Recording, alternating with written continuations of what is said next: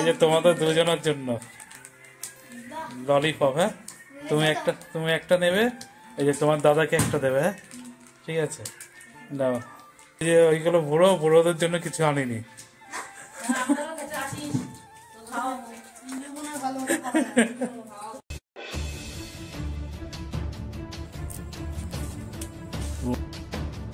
Good morning friends, welcome back to my channel. আমি তোমাদের বিজয়। কেমন আছো তোমরা সবাই? তো বন্ধুরা, তোমরা দেখতে পাচ্ছ যে আমি কাজে যেতে হলে আমার কত ভোরবেলা উঠতে হয়। দেখো পিছনটা, দেখো আমার চারিদিকে এখনো কত অন্ধকার, বুঝেছ? পুরো অন্ধকার এখনো। বন্ধুরা এখনই কাঁপুনি দিচ্ছে, আজকে বিরাট ঠান্ডা পড়ছে, বেশি ঠান্ডা পড়ছে। কি বলে এই বছর ঠান্ডা পড়বে না, সেই ঠান্ডা। ঘরে এত ঠান্ডা না জানি বাইরে কেমন ঠান্ডা। আমি তো মাফলার পেঁচাইনি, সেই মাফলার কোথায় খুঁজে পাচ্ছি না।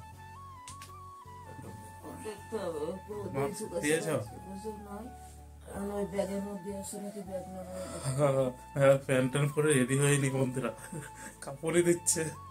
চলো বন্ধুরা, আমি এবার রেডি হয়ে আছি, বেরোবো। বিস্কুট খেয়ে নি।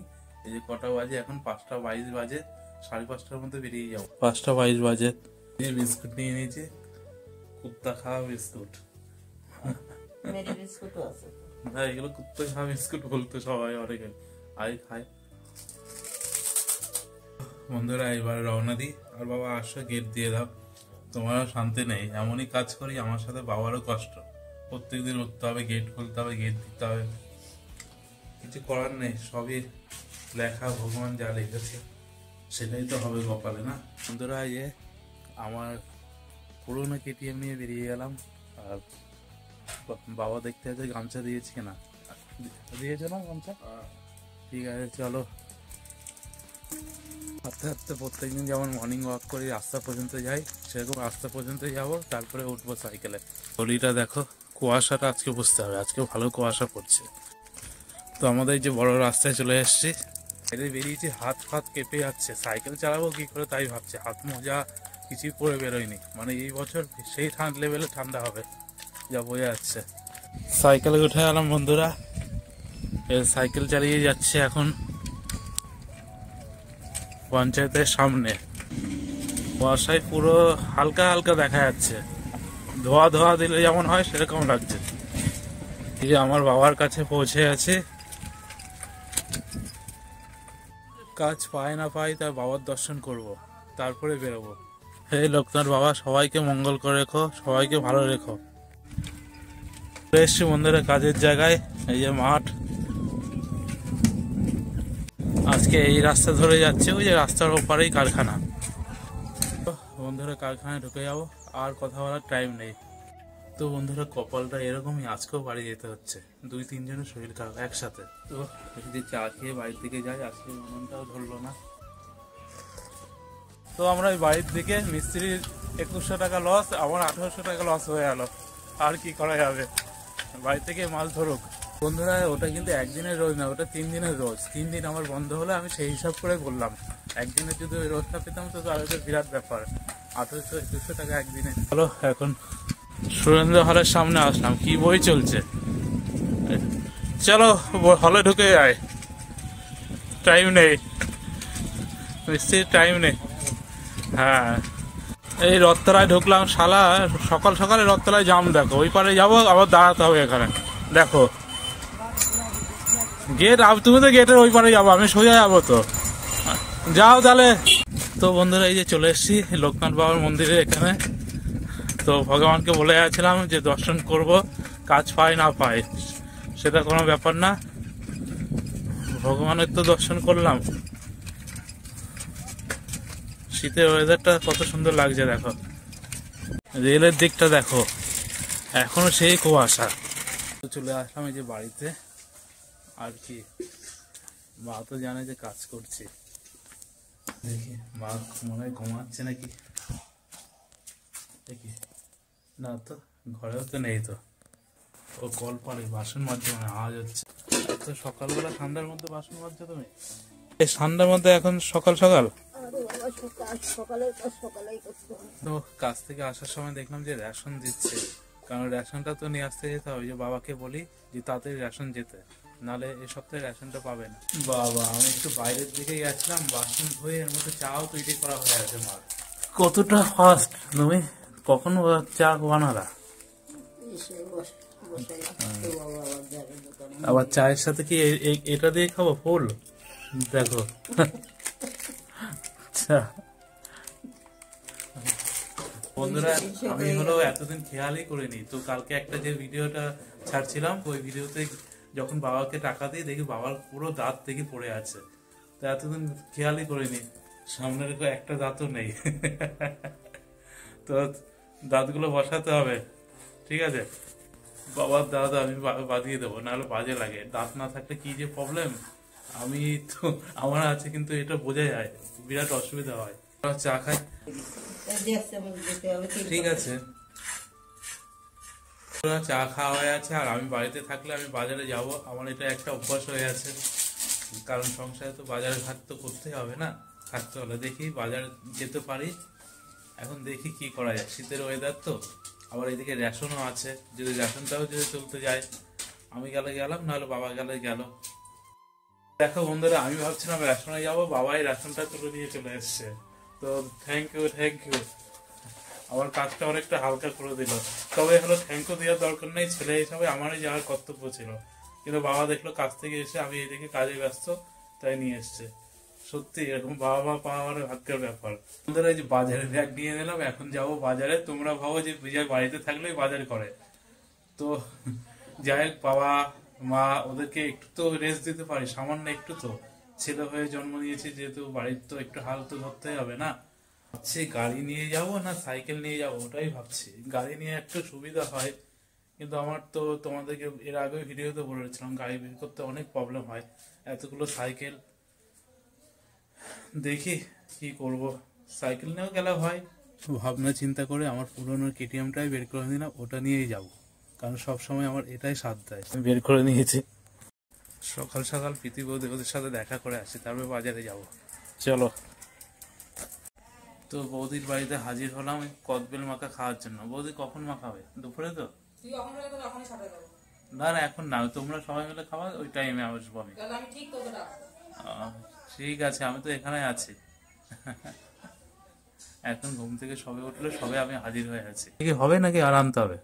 ছটায় হয়ে যাবে? ও ঠিক আছে, দুপুর বেলা হবে। চলো বন্ধুরা, এখন বাজারের দিকে যাই, কারণ আগে কিছু খেয়ে নেবো, তারপরে বাজারে যাব।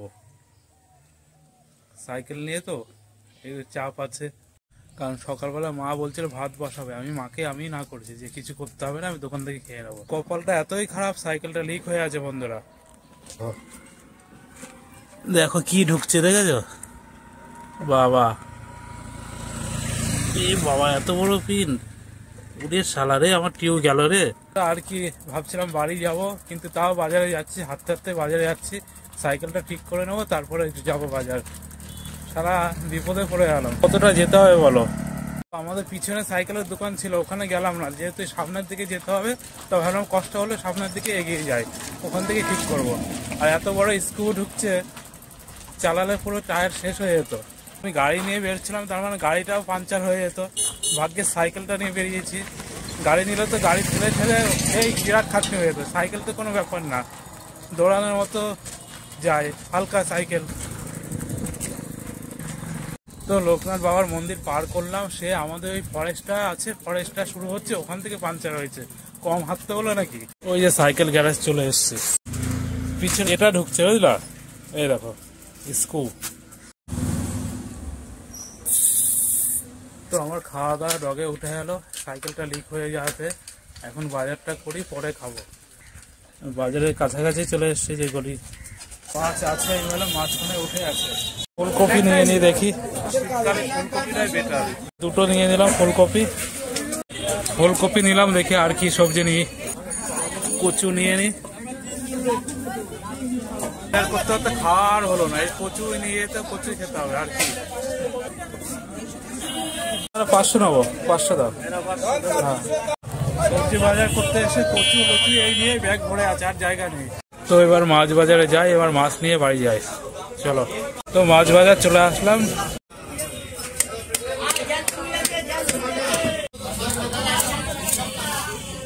মাছ নেওয়া হলে এবার খাবার দোকানে যাবো, অনেক বেলা হয়ে গেল। তো এত বেলায় পরোটা খাচ্ছি, অনেকটা বেলা হয়ে আছে, তার দোকান খোলা আছে, অনেক দোকান বন্ধ।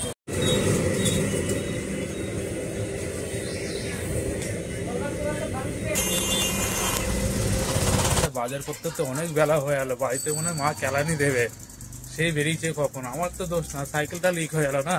ওই যে এখন ফরেস্টের এখানে এই যে।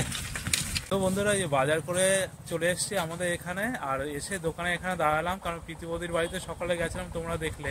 তো ছোট ছোট বাচ্চারা ভাগ্নে ওদের জন্য জেমস নিয়ে যায়, দেখবে সামান্য কিছু নিয়ে যাবে, বাচ্চা মানুষরা তাতে খুশি। তো আমি যখন ছোট ছিলাম আমরাও এরকম আনন্দ পেতাম। বন্ধুরা সামান্য লজ এন্ড জেমস কয় টাকা আর এগুলো দাম, কিন্তু ওই যে বাচ্চারা যে হাসিটা ওটাই কিন্তু অনেক বড়, ওরা লাখ টাকা দিয়েও পাওয়া যায় না ওরকম বাচ্চাদের হাসি। তো দুটো ভাগ্নে আছে, ওদের জন্য নেবো, আর মাম্মামের জন্যও নেবো। জিন্স নেই, ললিপপটা পেলাম, এটাই নিয়ে নিলাম। আমাদের গলিতে ঢুকে এলাম বন্ধুরা, বাচ্চারা সব খেতে বসেছে। বন্ধুরা কি আলু সেদ্ধ ভাত খাচ্ছ? তো খাও, এই যে তোমাদের দুজনের জন্য ললিপপ। হ্যাঁ, তুমি একটা নেবে, এই যে তোমার দাদাকে একটা দেবে। হ্যাঁ ঠিক আছে, দাও, ধরো হাতে। ফ্রিজে ভালো, এই লজেন ভালো লাগে তো নাকি অন্য কিছু? আর এই যে ওইগুলো বুড়োদের জন্য কিছু আনিনি।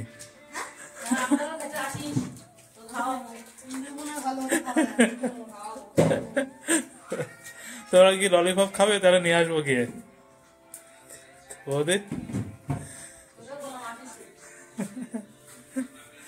বৌদির হাতের খাবার না খেলে আমার ঘুম আসে না। হ্যাঁ, যেমন আজকে আবার কি বানাচ্ছে, আমি বললাম না আজকে আর খাবো না, আজকে আমি দোকান থেকে খাবো। কারণ যাই হোক, একটা বাড়ির মেয়ে মানুষটা কিংবা বউ মানুষটা প্রচুর পরিশ্রম করে, এটা আমি জানি। এই যে সকালবেলা ঘুম থেকে উঠে দেখো রান্না, একটু যে রেস্ট নেবে সেই উপায় নেই, তাই তো? না না না, আমি ওটাই তো বলছি। তো একদিন আমি বৌদিকে রান্না করে খাওয়াবো, ঠিক আছে? খুশি তো? বলো কি করলে খুশি হবে? এখন রাগ রাগ আছে, পরে কথা বলবো, নাহলে কিরিয়ে দেবে। বাহ, সেই যাচ্ছে তো। ওদের জিভ দিয়ে এখনো লোল পড়ছে না। টক দেখলে সবারই লোল পড়ে, তার বাদ দেবে।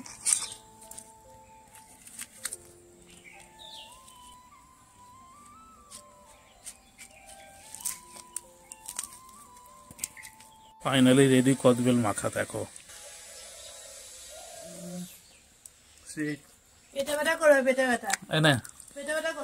খা বন্ধুরা, আমি বাজার নিয়ে বাড়িতে ঢুকলাম, দেখি মা কোথায় আছে, দেখে নি আগে। বাজারটা এখানে রাখি, ঘরেও তো নেই। তেজ মানলো কাজের, কোথায় গেছে? আমি সেই অনেকক্ষণ বেরিয়েছি বাজার করতে, মনে হয় খুঁজতে না বেরিয়ে আছে কে জানে। আমার কপালে আছে আজকে গণধোলায়।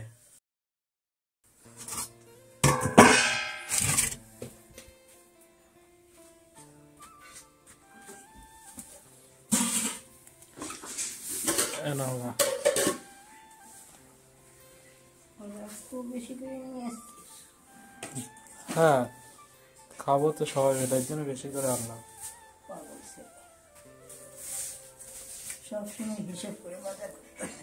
ক্যামেরার বাইরে মা কি বলেছে সেটা তো তোমরা শোনোনি, আমি বেঁচে এলাম। কেন দেরি হয়েছে বাজার থেকে আসতে? সাইকেলের চাকায় এমন বড় একটা স্ক্রু ঢুকে আসলো, টিউবটা লিক ঠিক করছে, ওই টিউব বললো আর বেশি দিন যাবে না, নতুন টিউব এই বড় স্ক্রু ঢুকছে, পাল্টাতে হবে। এর জন্য বাজার করতে দেরি হয়ে আছে। সাইকেল নিয়ে গেছিলি তো না গাড়ি? সাইকেল নিয়ে। তাও বলো, মা ভাবছে বাজার করতে আমি ইচ্ছা করে দেরি করছি। তো তোমরাও তো দেখেছিলে যে কেমন বড় স্ক্রু ঢুকছে সাইকেলে, টিউবটাই বাদ হয়ে যাবে। ঠিক আছে, তুমি আস্তে ধীরে রান্না করে, চাপ নেই। মাছে লবণ হলুদ মাখানো হয়ে আছে। এদিকে কি শাক করবা? মূলো শাক হবে। আর কি করবো? মূলো শাক, মাছ, তাই তো? লতি দরকার নেই, থাক। আমার তো মাছ আর মাংস হলেই যথেষ্ট। Good evening friends. তো বন্ধুরা দেখতে দেখতে সন্ধ্যা হয়ে গেল, আর যেহেতু আমারই দোষ, আমি বাজারে অনেক দেরি করে নিয়ে এসেছি, আর এখন রান্না হয়ে আছে। বাবা খাবার নিয়ে আসছে। আমি নিয়ে আসতে পারি তো বাবা, তোমার কষ্ট করার কি দরকার? এই বাবা খাবার দিয়ে গেল। এই যে আজকে মাছ, আর এটা কিন্তু তোমার মূলো শাক, দেখো খাবার ধোয়া বেরোচ্ছে। সেই গরম গরম এখন না হলো আর আমাকে দিয়ে দিল। মুলো শাক দিয়ে আগে খায়। ওরে বাবা কি গরম!